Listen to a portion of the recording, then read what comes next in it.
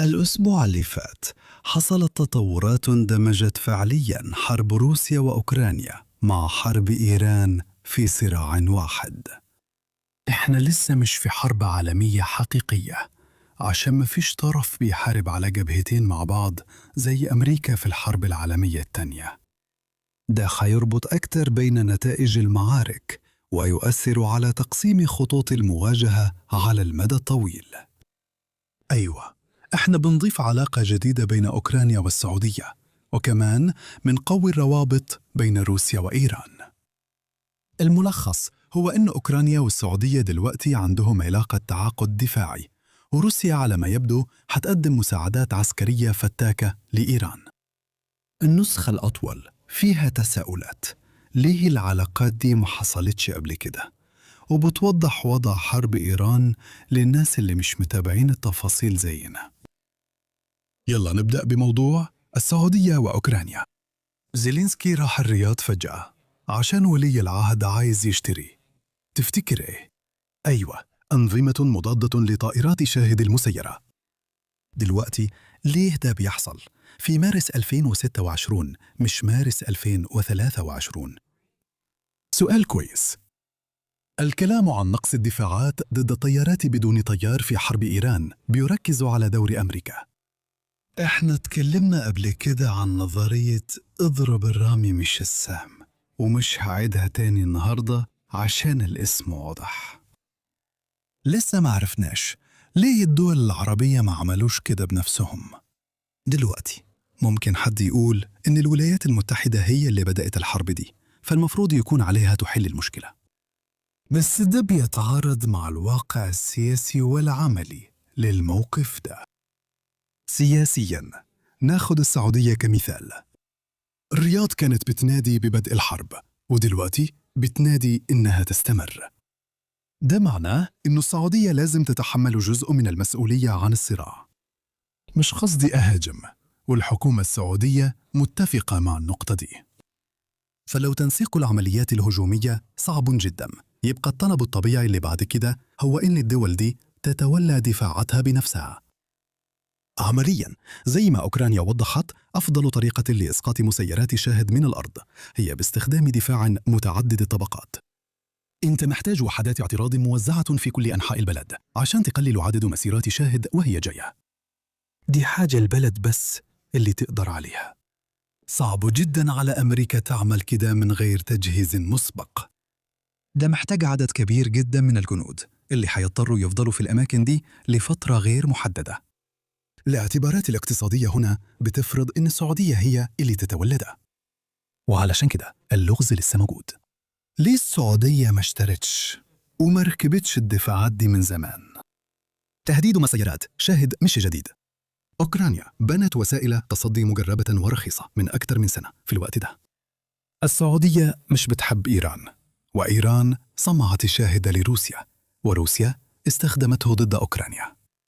يبقى طبيعي إنه السعودية تشتغل مع أوكرانيا. وكمان الوضع المالي شكله مثالي للعلاقة دي. فاكر رؤساء أمريكا كتير اشتكوا سنين من مصاريف الدفاع الأوروبية. عمري ما سمعت رئيس أمريكي اشتكى من مصاريف دفاع السعودية.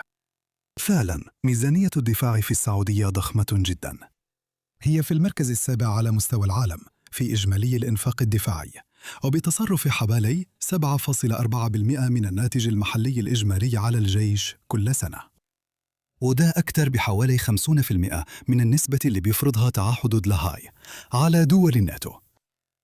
في النهاية، المملكة العربية السعودية بتيجي في المركز الرابع عالمياً في الإنفاق كنسبة من الناتج المحلي الإجمالي، بعد أوكرانيا بنسبة 31%، وإسرائيل بنسبة 8.8%، والجزائر بنسبة 8.0%.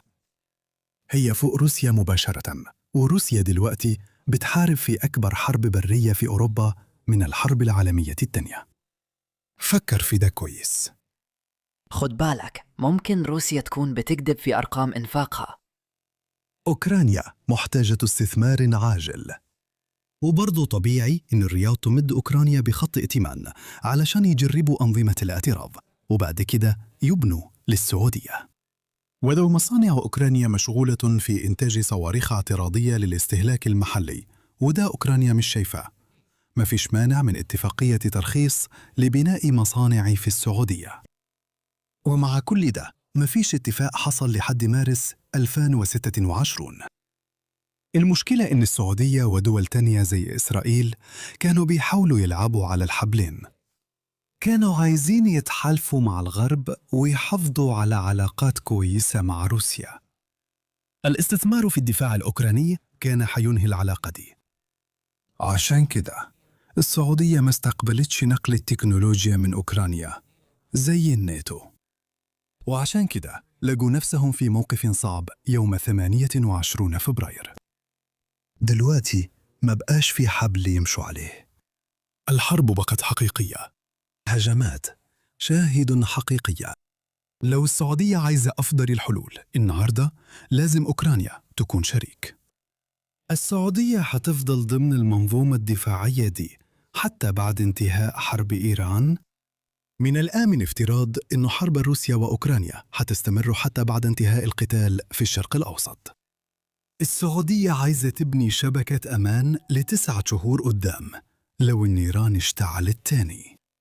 أوكرانيا هتقبل أي استثمار في قطاع الدفاع، وده ممكن يدل على دورها مع دول الناتو بعد الحرب. عشان أختم النقطة دي، السعودية وغيرهم حسبوها غلط لما قرروا يأجلوا التعاون مع أوكرانيا. ده بيحصل دايما في العلاقات الدورية، بس دلوقتي بقوا مدركين غلطتهم وبيغيروا اتجاههم على أساس كده. ولو كان مش واضح إذا كانت المملكة العربية السعودية أخذت القرار الصح لما غيرت استراتيجيتها. كل اللي عليك تعمله هو تبص على العناوين اللي كانت طالعة في نفس الوقت. فعلا موضوعنا الثاني هو أن روسيا بتقدم دعم عسكري مباشر مخصص للقتال لإيران. حتى لو شايف التطور مش مفاجئ، التفاصيل بتوضح معلومات مثيرة. كنقطة عامة، المساعدات العسكرية بتعمل حاجتين. المساعدات بتحسن نتائج المعارك للطرف اللي بياخدها. التأثير الأقل وضوح هو إنه بيغير قدرات ودوافع الأطراف عشان يوقفوا القتال، سواء من خلال نصر عسكري أو تسوية بالتفاوض.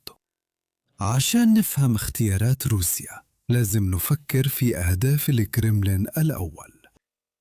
من أهم سمات العالم وقت الحرب إن التحالف الغربي عنده هدف سياسي مشترك، في حين إن التحالف المضاد عنده وسائل مشتركة لكن بأهداف مختلفة. هدف روسيا الأساسي إنها تحسن موقفها لتحقيق أهدافها السياسية، خصوصاً لاكتساب أراضي ونفوذ أكثر في أوروبا الشرقية. هي مش مهتمة بشكل مباشر باللي بيحصل في الشرق الأوسط أو على امتداد مضيق تايوان. هي مهتمة جداً بشكل غير مباشر لأن ضعف التحالف الغربي بيسهل سيطرتها على أراضي أكثر في أوكرانيا. وده السبب اللي خلى الصين تتفرج وتستمتع باللي حصل الشهر اللي فات وبدرجة أقل خلال ال4 سنين اللي فاتوا. حتى لو روسيا وإيران خسروا حروبهم ممكن الصين تطلع كسبانة في الآخر برضه. التحالف الغربي يا يغرق مع بعض يا ينجح مع بعض. الكرملين عايز الحرب تستمر في إيران. ليه؟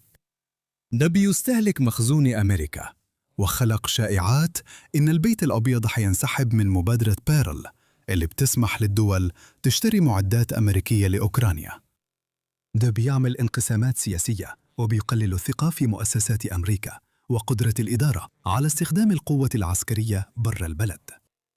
في الحقيقة الكلام ده بينطبق على أي إدارة، سواء الإدارة الحالية أو اللي جاية بعد كده. الانقسامات السياسية دي كمان بتوصل للساحة الدولية، وروسيا مش بتحب حاجة أكتر من إنها تشوف أوروبا والولايات المتحدة بيتخانقوا مع بعض. وكمان ده بيرفع أسعار النفط وبيقدم للكرملين طوق نجاة اقتصادي في وقت مناسب جدا. لو رجعنا لبداية حرب إيران عارف من 4 أسابيع بس، روسيا ما قدمتش مساعدة كانت هتكلفها كتير. بالعكس، موسكو بدأت تشارك إيران بالمعلومات الاستخباراتية والمساعدة في تحديد الأهداف. ده كان مهم جدا لإيران. التكلفة الأساسية لإنشاء شبكات استخباراتية بتكون في بناء الأنظمة. ولما تتبنى مشاركة المعلومات بتكلف تقريباً صفر. وده نفس السبب اللي خلى أمريكا تفضل تدي مساعدات استخباراتية لأوكرانيا رغم تحفظات ترامب على باقي الحاجات. وعشان كده طالما الكرملين كان بيستفيد حتى لو بسيط من نجاح إيران في الحرب، إيران كانت هتاخد المساعدة دي. لو جينا للنهاردة، دلوقتي بدأنا نشوف روسيا بتعمل بعض التنازلات المهمة. التقارير بتقول إن الكرملين هيبعت أدوية وأكل وحاجات بسيطة، وكمان طيارات بدون طيار. أيوة، قريب جدا. الأسلحة الروسية حتقتل أفراداً عسكريين أمريكيين، وغالباً كثير من أفراد التحالف العربي. مرة تانية، المملكة العربية السعودية حاسة إنها راضية جداً عن قرارها بدعم أوكرانيا. هنا دلوقتي ما نقدرش نستبعد احتمال إن إيران لسه بتنتج بعض مكونات طائرات شاهد المسيرة اللي في الآخر بتطلع من المصانع الروسية، وطهران بتستغل ده علشان تاخد شوية دعم من روسيا. أنا ناقشت الاحتمال ده قبل، فخلينا نفترض العكس ونشوف النتيجة. وكمان لازم نفترض إنه شحنات الطيارات المسيرة دي كبيرة، غير كده كله مالوش قيمة. بس حسب التقارير واضح إنه مصادر الحكومة الأمريكية شايفة إن الشحنات دي مش بسيطة. هنكمل كده لباقي الفيديو. واضح إن ده بيجي بتكلفة كبيرة على روسيا.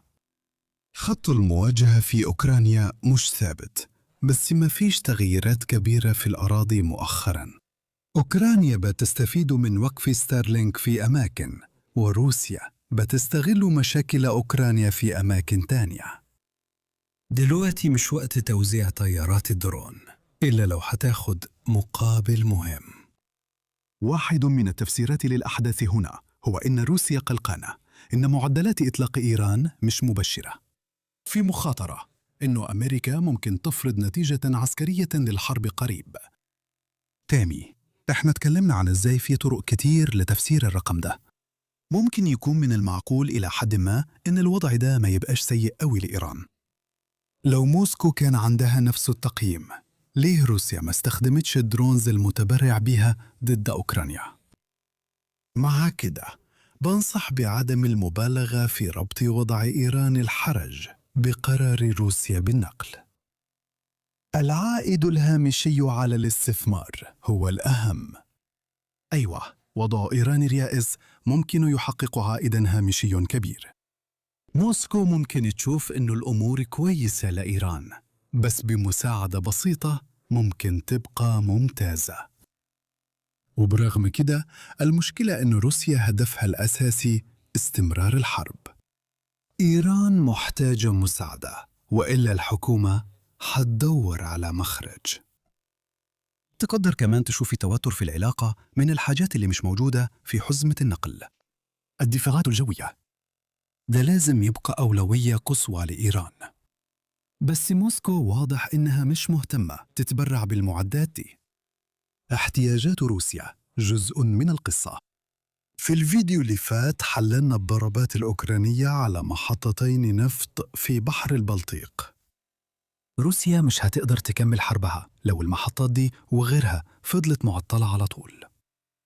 أي منظومة S-400 بتروح إيران مش بتحمي الداخل الروسي. كمان ممكن الاستثمار في الأسلحة دي ما يحققش عائد كبير. فاكر لما الغرب اتردد يدي أوكرانيا معدات تقيلة في أول شهور الغزو؟ عشان كانوا خايفين روسيا تجتاح كييف؟ طيب، ممكن تحكي قصة مشابهة هنا، إن روسيا مش عايزة دفاعات إيران الجوية تتحول ببساطة مجرد أهداف سهلة للأمريكان زي ما حصل في أول يوم من حرب إيران. العائد الهامشي هو اللي بيحدد المساعدة. وأخيراً في مشكلة عملية. S-400 محتاجة تدريب عملي عشان تشتغل كويس. ده معناه إرسال جنود روس لإيران عشان يدربوا الجنود الإيرانيين أثناء المعركة. ممكن الجنود الروس يقتلوا طيارين أمريكان في بعض المواقف. ممكن طيارين أمريكان يقتلوا جنود روس أثناء استهداف الدفاعات الجوية. الحالة الأولى خطرها التصعيد، وبتخالف مبدأ البقاء طرف ثالث في الحرب. افتكر، إحنا بنحاول نتجنب وضع اليابان كأنه حرب عالمية حقيقية. دي إساءة لاستخدام حياة الجندي الروسي. وأنا مش قصدي أقول إن الكرملين شايف إن الأرواح دي ليها قيمة في حد ذاتها، بس الكرملين يفضل يصرف الموارد دي على أولويات دونباس. طيب، إيه هي الخلاصات اللي نطلع بيها النهاردة؟ السعودية بتقوي علاقتها بالتحالف الغربي بشراء أنظمة أوكرانية. الجملة دي كانت ممكن تخليني أفقد مصداقيتي لو قلتها من 5 سنين. روسيا بتدي مساعدات قتالية لإيران. ده مش مؤشر كويس للوضع العسكري لإيران في رأي الإيرانيين. بس الغرب ما يعتقدش إن اللعبة هتخلص قريب. بس الفيديو ده قرب يخلص فعلا. كده خلص اليوم 29 على التوالي. ممكن تديني راحة 23 ساعة و45 دقيقة وأنت بتتفرج على فيديو بديل؟ ولو عجبك فيديو النهاردة ياريت تعمل لايك وشير وسبسكرايب، واشوفك المرة الجاية. خد بالك من نفسك.